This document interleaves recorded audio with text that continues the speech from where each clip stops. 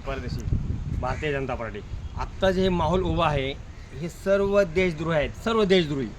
हे एकही देशप्रेमी नाही आहे. वांगचूक कोण आहे? काँग्रेसचा नेता. आणि त्याला ही अतृप्त आत्मे भेटलेला आहे. आणि असा गदारोळ चाललेला आहे, अशांती निर्माण करायचं काम चाललेलं आहे. कसं? अरे जरा समजून घ्या. 2014 पूर्वी ज्या नीट एक्झाममुळे हे सगळं रामायण चाललं आहे, त्यावेळेस मेडिकलचे सीट किती होते? 56,000. कॉलेज किती होते? 450.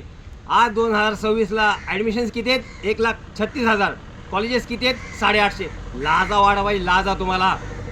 मोदीजींनी लाजा वाटा पाहिजे. मोदीजींनी मेडिकल कॉलेज किती वाढवलेत? 82% ग्रोथ झालेली आहे. आणि आता इथले महाराष्ट्रातले 2 बंधू अतृप्त आत्मे उद्या मोर्चा घेऊन निघाले. काय चाललंय काय? आणि हे सगळे नाटकं आहेत ना, FCRA हे जे फंड आहे ना, फॉरेन फंड, ह्याच्यावर जी नाटकं केले ना केजरीवालने वगैरे, टिकलं का केजरीवालचं? खोटंच होतं ना.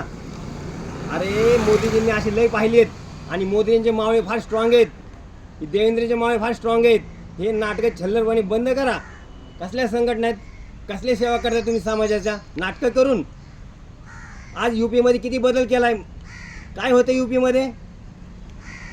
महाराष्ट्रामध्ये ग्रोथ काय? जरा समजून घ्या.